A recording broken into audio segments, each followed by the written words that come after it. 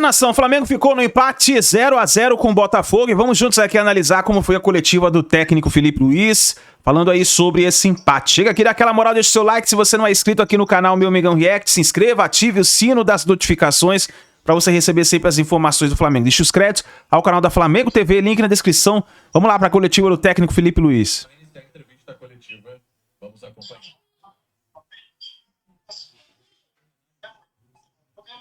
Que você viu desse jogo, eu queria que você comentasse sobre o Rossi. Hoje no seu plano de jogo ele foi muito importante, né? Saída de bola ali na intermediária, muito participativo.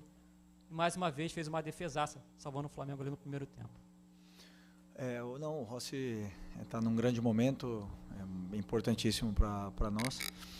E para mim, um goleiro tem que ser bom debaixo do gol com a mão, e ele é.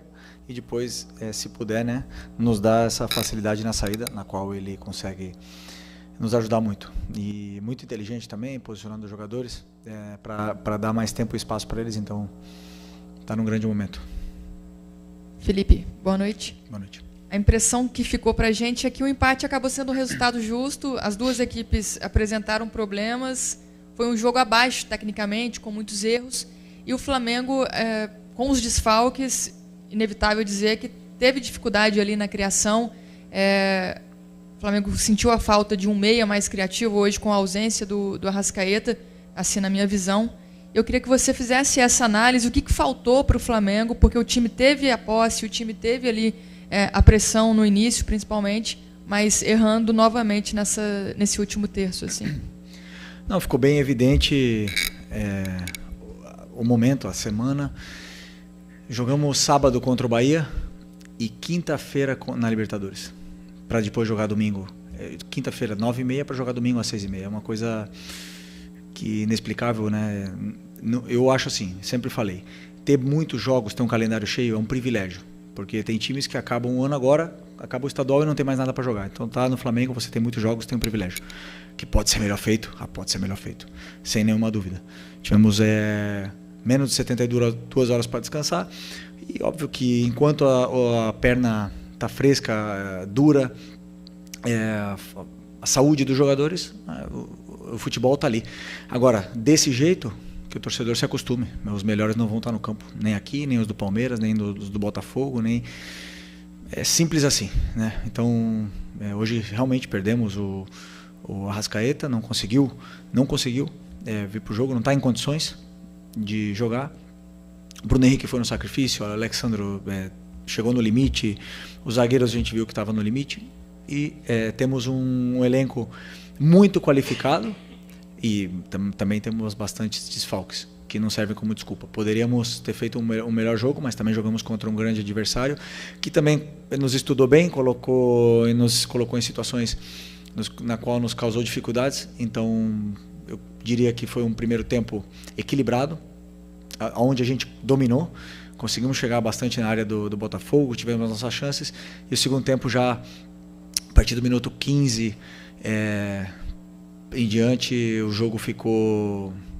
Eu perdi a mão do jogo, já ficou um pouco caótico, as posições não estavam sendo respeitadas, e aí eu já era futebol, aquilo ali já não era o que eu gosto, mas mesmo assim, acho que como você falou, eu concordo, um ponto justo. Felipe, boa noite. Felipe, na semana passada, depois do jogo contra o Bahia, você falou muito sobre muita coisa que acontece é de fora para dentro, aqui dentro a gente está fechado e tal. Só que contra o Bahia aconteceu, contra a LDU aconteceu, e hoje voltou a acontecer, vazar a sua escalação antes de sair a escalação oficial. Queria saber o quanto isso está te incomodando. Queria saber também se você não acha que tem alguém, talvez, que esteja querendo te atrapalhar. Obrigado. Bom, vazou a escalação inteira? Bom, Pedro. Vazou bastante? Ok. Bom, não controlamos tudo, infelizmente, né? Temos... Às vezes as escalações vazam, na verdade não vinha vazando, e vazaram. Eu não controlo tudo, infelizmente eu não controlo tudo, não controlo quem está olhando, ou quem está vendo, ou quem pega o celular e manda uma mensagem, não posso controlar isso. Isso é do futebol. Me prejudica, claro que me prejudica, é ruim pra gente que vaze a escalação, mas quem faz está indo contra o Flamengo, quem vaza. Então, que ele durma, que é essa pessoa que vaza. Muitas das vezes a gente tem alguma informação, mas que essa pessoa coloca a cabeça no travesseiro depois e não vai conseguir dormir. Pelo menos eu acho. Felipe, Raíza Simplício da Gol Brasil e da revista Placar. Você falou essa questão toda do calendário e isso é um fato, né? O Arrascaeta é um jogador, por exemplo, que a gente sabe que não vai conseguir jogar no máximo físico como ele vinha apresentando a temporada inteira. E muito se fala também, o Flamengo tem que buscar um substituto para o Arrascaeta. E a gente sabe da qualidade dele, sabe que é difícil achar um jogador com a qualidade dele. Mas a gente tem visto muito o Flamengo falar de contratações de pontas, tem a possibilidade do Jorginho também, que deve chegar. Como é que está para você, Felipe Luiz, essa questão de ter um jogador que possa substituir o Arrascaeta sem ser um cara improvisado, um cara que realmente possa ser? O Flamengo precisa ir no mercado buscar esse jogador? Bom, o mercado, eu não penso porque o mercado está fechado e eu só posso pensar agora no próximo jogo, né? Então eu pensei essa semana toda no Botafogo, em como resolver, esses dias agora contra o Botafogo, em como resolver o jogo sem o Arrascaeta. Que ele tentou até o final, não conseguiu, infelizmente, e depois eu tenho que achar soluções para isso. Mas com certeza estamos no mercado olhando qualquer tipo de opção para meia, para volantes, para pontas, para atacantes, para zagueiros, para todas as posições que a gente pode melhorar o elenco, aumentar a qualidade, não o número de jogadores, senão a qualidade do elenco. O Flamengo tem que sempre estar atento ao mercado. Vai abrir agora em junho e com certeza temos nomes para poder reforçar o elenco que é natural. Essa reposição, essa troca de peças para sempre levar a qualidade desse elenco que já é muito alta. Felipe, aqui, Fernanda Pisotti, da Rádio Band News FM. A gente está vendo um Flamengo com muita intensidade no primeiro tempo. Começa o jogo acelerado a 220, pressionando, com posse de bola, chegando à área do adversário, mas não consegue transformar toda essa superioridade, principalmente no primeiro tempo, em gols. E no segundo tempo tem uma queda de intensidade, de rendimento, enfim. O que está faltando para o Flamengo converter os gols ainda na primeira etapa, quando ele começa realmente ali a 220 ali? E o próximo confronto é contra o Palmeiras, né? Um confronto direto. Próximo confronto é na Copa. A Copa do Brasil, também pelo brasileiro, é o Palmeiras, né? Muito simples, colocar a bola para dentro. É o que falta.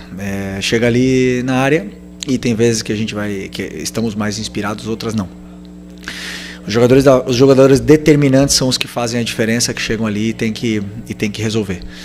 O treinador, eu dou todas as soluções, todas as saídas e as progressões para eles poderem chegar até ali, e depois eles têm que colocar a bola para dentro. E tem times que defendem com muito mais qualidade, que não nos permite chutar com muito tempo ou com muito espaço, e tem times que a gente consegue entrar com maior facilidade, outros uns por dentro, outros por fora. A gente faz um estudo, tenta escolher uns jogadores ideais para o que o adversário, para a forma que ele tem de defender, o adversário nos oferece, e aí esses jogadores depois eles têm que resolver. E a única forma é colocar a bola para dentro, não tem outra. Okay. Aqui Felipe, boa noite, Marcos Martinho do canal da HSRN. Felipe, mais um jogo onde o Flamengo sofreu com desfalques, né? Sobretudo no setor de meio campo, sem Eric Pulgar, sem Alan, Gerson, Arrascaeta. E eu quero te perguntar até que ponto você considera que a ausência desses jogadores influenciou negativamente na criação do Flamengo, né? O Flamengo com mais dificuldade de criar no jogo de hoje do que no jogo contra a LDU, e se essas questões também enfatizam, né, cada vez mais a necessidade de abastecer esse plantel nesse setor de meio campo. Muito parecida com a pergunta da tua companheira. Como eu falei, reforçar o plantel, o elenco a gente vai tentar com certeza nesse mercado. E quando você perde um jogador, claro que você sente um jogador titular, e a gente perdeu muitos, né? Muitos jogadores nesse processo agora, mas eu não vejo dessa forma. Eu vejo os que eu tenho disponível, tento ver com as peças que eu tenho, montar o quebra-cabeça para poder vencer do Botafogo, que também tinha desfalques para esse jogo. Então, esse jogo realmente, fisicamente, Foi um jogo muito exigente, porque jogamos quinta-feira, 9h30. O Botafogo tem um time muito qualificado, que foi campeão brasileiro ano passado, foi campeão da Libertadores ano passado, não podemos esquecer da qualidade que tem esse time, está muito bem treinado. E realmente tivemos dificuldade um pouco mais na criação hoje, mas pensar no próximo jogo, pensar em evoluir e melhorar. Felipe, boa noite. Mauro Santana do canal Mauro Santana. Além dos desfalques que você citou, alguns jogadores caíram sensivelmente de produção. Você está um deles, que inclusive foi muito importante para o Flamengo, terminou muito bem a temporada passada, começou muito bem essa temporada, que foi o Wesley. Chegou até a ser noticiado que o jogador voltou da seleção brasileira com bastante desgaste, mas a verdade é que ele não está conseguindo entregar aquilo que a gente sabe que ele pode entregar. Já existe algum diagnóstico a respeito disso? Por que dessa queda? E de que maneira tentar recuperar esse jogador que já foi tão importante para o Flamengo? Todo jogador oscila durante um ano. Não existe nenhum jogador que vai jogar sempre bem. Não existe. Sempre e mais aqui, com 80 jogos, sem tempo de descanso, com uma pressão absurda, todos eles vão oscilar. E o Wesley tem 21 anos, né? Então é normal ele passar por esses períodos de oscilação, mas é um menino que gosta de treinar, que gosta de escutar. Viveu um ano muito intenso ano passado, esse ano foi convocado para a seleção, então imagina como é que não deve estar um turbilhão na cabeça dele, tudo acontecendo, com o mercado europeu especulando o nome dele, e a gente tenta blindar o máximo possível para que ele possa performar. Hoje eu já gostei muito mais do jogo dele, já achei que ele fez um bom primeiro tempo, e depois, como toda a equipe baixou, o jogador ele baixa junto, né? Se o nosso time está errando tecnicamente, se baixa um pouco a qualidade, todos eles baixam o nível. Então, junto com a equipe, ele acabou baixando, mas hoje eu já gostei mais do Wesley, e com o tempo ele vai retomar as grandes atuações que ele estava tendo. Felipe, boa noite. Boa noite. Aqui. A gente teve hoje o Lohan novamente relacionado. A gente teve uma partida, mesmo com esse empate 0-0, eu considero que teve uma partida boa, o Everton Araújo. E eu queria te perguntar sobre esses jogadores, né? O Lohan, que está voltando, o Matheus Gonçalves, que teve a oportunidade hoje, mas já era um momento que o time já estava muito desgastado, a gente percebe, você falou sobre a questão de jogar quinta-feira, jogar domingo, o jogador já entra nesse momento do jogo, já com a equipe muito desgastada. Mas eu queria que você avaliasse a entrada desses garotos, desses jogadores que são aí da base, que vêm da base. Não, o Everton é sempre muito confiável, sempre faz jogos sólidos, né? E ele domina muito o meio campo, que é a fase defensiva, os apoios que ele tem sempre para solucionar o companheiro pressionado, e ele tem muitos detalhes que eu gosto no volante, por isso que eu me sinto tão seguro quando eu coloco ele no campo. E o Lohan vem evoluindo, está jogando no Sub-20, vem jogando melhor, vem treinando muito bem, pelo que o Nuno, o treinador do Sub-20, me falou. Está treinando com muita intensidade, com força, está correndo, está querendo aprender, e não é coincidência que ele vem evoluindo no Sub-20, e hoje com os desfalques decidi chamá-lo, né, mas infelizmente, como ele jogou quarta-feira, eu acho, ele não conseguiu treinar comigo, nenhum treino essa semana, então não me senti confortável em colocar, porque ele não tem as dinâmicas de treinamento comigo. E o Matheus é um jogador que tem um talento, vocês sabem disso, tem um talento muito grande, uma qualidade muito grande, e eu imaginava que ele fosse dar essa qualidade que nos faltava, esse toque de qualidade no meio campo que nos faltava. Mas é um jogador que durante muito tempo assim, ele perde a posição, ele é muito anárquico dentro do meio campo, então por mais que ele tenha muita qualidade, muitas vezes ele mesmo se aperta nas situações, mas é um jogador que tem qualidade e tem muito para evoluir. Boa noite, Felipe. Rodrigo Cerqueira, Grupo Globo. Ainda um pouquinho em cima do Lohan, que ele voltou a ser relacionado depois de alguns meses. Ele tinha muita expectativa quando subiu ano passado com o Tite, fez um início de carreira no profissional muito bom, depois acabou perdendo espaço e tal. Como é que você pensa o Lohan assim, no time? Qual função que você acha que ele poderia desempenhar a partir do momento que ele tem essas dinâmicas com você de treino, tenha mais tempo trabalhando com o elenco? Até porque é um jogador que a torcida sempre fala muito, né? Sempre esperou muito dele. Ele passou esse período um pouco afastado, mas voltando agora a ser relacionado, eu queria saber como é que você pensa ele para esse teu trabalho no Flamengo. Eu vejo ele na posição que jogou o Luiz Araújo hoje. Para mim é a melhor posição dele, na meia. Também pode jogar aberto. Não vejo ele tão determinante jogando aberto, mas pode. E essas são as posições que eu, claro que pode jogar em outras, né? Mas assim que eu vejo que ele pode performar mais. Depende dele. Para mim, os jogadores eles têm que falar no campo. Não adianta ter nome, não adianta o salário, não adianta a idade, não adianta nada. Para mim é campo. Se ele estiver bem arrebentando no sub-20, eu quero colocar ele. E se ele estiver mal, ele não vai jogar. E isso, o Arrascaeta já ficou no banco comigo esse ano, o Pedro já ficou no banco, o Bruno Henrique já ficou no banco. Para mim não tem nome, não tem nada. Quem tiver melhor e o campo estiver falando, vai ter mais oportunidades. Isso começa no treino. Boa noite, Felipe, tudo bem? Júlio Miguel Neto, da Rubro News TV. Felipe, em uma oratória que você, inclusive em outras coletivas, você deu pra gente, que o Dela Cruz não é um meia, ou então você não vê o Dela Cruz como um meia. Hoje você disse que até depois dos 15 minutos ele deu um pouco de mão do jogo, o jogo realmente ficou meio confuso. O Dela Cruz, na sua visão, ele não consegue ser esse jogador, um meia, claro, respeitando a característica, é diferente do Arrascaeta, que é um meia mais cerebral. Mas o Dela Cruz não consegue em alguns momentos, ou então em alguma sequência, enfim, algum momento de partida ou jogo, ser um meia. Porque quando ele veio contratado para o Flamengo, ele veio como um meia. Claro, respeitando o seu trabalho, sua opinião. Não, sim. Mas ele veio contratado como um meia, anunciado como um meia. Na seleção do Uruguai, ele atua como um meia, respeitando um colega também, Marcelo Bielsa. E num jogo hoje com tantos desfalques, você mesmo disse que, na sua opinião, o seu Flamengo tem 3 meias, Arrasca, Plata e Gerson, e que fazem os jogos por dentro, Gonçalves e Luiz Araújo. O Dela Cruz não seria, em algum momento, um jogador que talvez fosse suprir essa ausência de um jogador um pouco mais ofensivo, com um pouco mais de recurso ofensivo? Queria saber a sua opinião, se realmente, de fato, o Dela Cruz não é esse cara, na sua opinião. E também, se você puder atualizar a gente, se souber também, a situação do atleta após a lesão de hoje. Obrigado, boa noite. Obrigado. Se eu coloco o Nico hoje de meia, eu jogo sem volantes, porque eu só tenho o Nico e o Everton. O Gerson está suspenso, o Eric e o Alan estão machucados, não tinha volantes. Mas, respondendo a tua pergunta, primeiro, aonde o jogador gosta de jogar? Essa para mim é onde ele se sente mais à vontade, onde ele se sente mais cômodo. Perguntem para ele, volante, jogando de frente, construindo. Aonde a gente viu, para mim, pelo menos a melhor versão do Nico, de volante, aonde ele faz o time jogar de volante. Então eu penso sempre, assim, a posição, ele gosta de jogar ali, ele nos deu tanto, nos dá tanta criação de jogo, nos dá tanta saída de pressão por vantagem qualitativa. Para que eu vou improvisar? Né? Para que eu vou improvisar um jogador?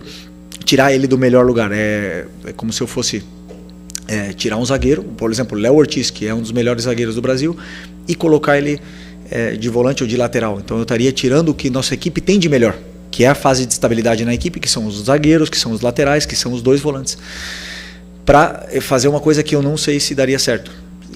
Pontualmente, se precisar, com certeza ele vai fazer. Ele vai ter essa qualidade para fazer, ele vai fazer.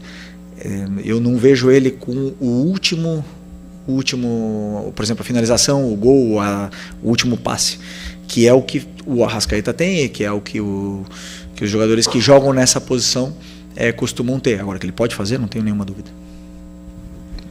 Boa noite, Felipe Luiz. Prazer falar contigo, Eric Viana, do site fla.mundobola.com. Bom, a minha pergunta, eu sei que você já falou na semana passada sobre o Rodrigo Caio, como é que foi essa contratação dele, mas eu queria entender um pouco mais em detalhes, porque a gente viu já no outro jogo, ele separado, ele não fica no banco, né, ele fica lá em cima, na cabine, e hoje a gente viu isso acontecer de novo. A função dele, ela é de fato como de um auxiliar ou é mais ligada à análise de desempenho, alguma coisa nesse sentido? O que ele fica fazendo lá em cima? Eu gostaria que você pudesse esclarecer um pouco melhor para a gente. Obrigado. Bom, o Rodrigo não está sentando no banco ainda por uma opção que ele acabou de chegar e a gente ainda está adaptando. E tem o Marcinho, que tem muita experiência, que pode ajudar. Ele faz parte da equipe de análise de bola parada e também é um auxiliar tanto do clube, né, que está aí auxiliando com os treinos, com toda a parte tática, e também junto todos os dias na minha comissão. Então tem as funções que eu passo para ele e principalmente também agora liderando a parte da bola parada junto com outros companheiros. Felipe, aqui Isaac Andrade, Flavoz. Eu queria te fazer uma pergunta, apresentando um raciocínio, uma lógica, que vem muito mais do nosso bate-papo com os torcedores, do que às vezes seguindo uma linha de raciocínio de umas perguntas mais técnicas, mais envolvendo a questão do futebol em si. O torcedor, ele vem de um tempo enxergando o que a rotina do futebol brasileiro propõe aos clubes, principalmente o Flamengo. Muitos jogos, e aí ele imaginou, bem, para suprir isso, o Flamengo tem que ter um time ou outros times da mesma intensidade. E o Flamengo veio avançando com o elenco, trazendo vários profissionais. E hoje, o torcedor enxerga que o Flamengo tem ali 2, 3 times que batem de frente com qualquer time hoje que joga no Campeonato Brasileiro, por exemplo. E você menciona que a dificuldade que se tem é a questão de fazer as escolhas pelas questões das posições, quando os atletas não estão disponíveis, ou porque eles se machucam por conta desse percurso, ou às vezes as questões não tem como controlar. Na hora que você faz essa escolha, vem a questão da finalização. Hoje teve um jogo muito bom, um jogo que ambos os times não estavam tão bons assim, mas que propuseram um jogo, e o Flamengo, ali no último passe, também aquela dificuldade. Essa questão da última dificuldade, a questão da confiança, de fazer acontecer, da bola entrar para dentro, ela vem de uma questão de treinamento, que talvez por você não ter tempo, não consiga treinar times específicos para situações, e aí vem só essa questão da escolha, da posição, e o time entra com a escolha dos profissionais nos locais certos, mas sem um treinamento, o que não gera confiança, e a bola não consegue chegar e entrar no gol? Muito bom o raciocínio todo, só não entendi qual é a pergunta. A pergunta é a dificuldade do treinamento. Ah, do treinamento. Ok. Por exemplo, eu vou dar o exemplo que aconteceu. Quinta-feira, jogamos, cheguei em casa de madrugada, tivemos que treinar sexta-feira à tarde, com os jogadores que não jogaram, e aí você já começa a desenhar um pouco o jogo e as correções do último jogo, dependendo do que o modelo de jogo nos guia. Sábado, os jogadores que jogaram podem fazer a primeira parte, que é o quê? O plano de jogo do que vai acontecer no jogo. Então os detalhes eles se perdem.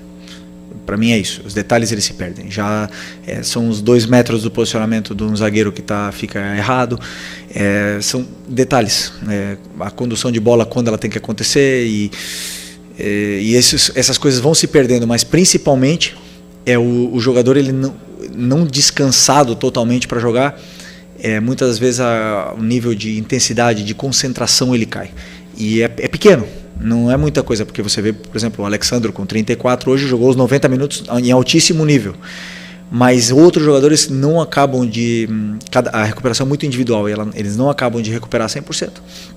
E isso se nota depois nos detalhes do jogo, né? Então, ideal não é, eu não reclamo do calendário, porque como eu falei para vocês, para mim é um privilégio você ter muitos jogos. E eles jogar tantos jogos, só que realmente quando tem uma sequência tão grande e poucos dias, para mim 3 dias, menos de 72 horas, não dá.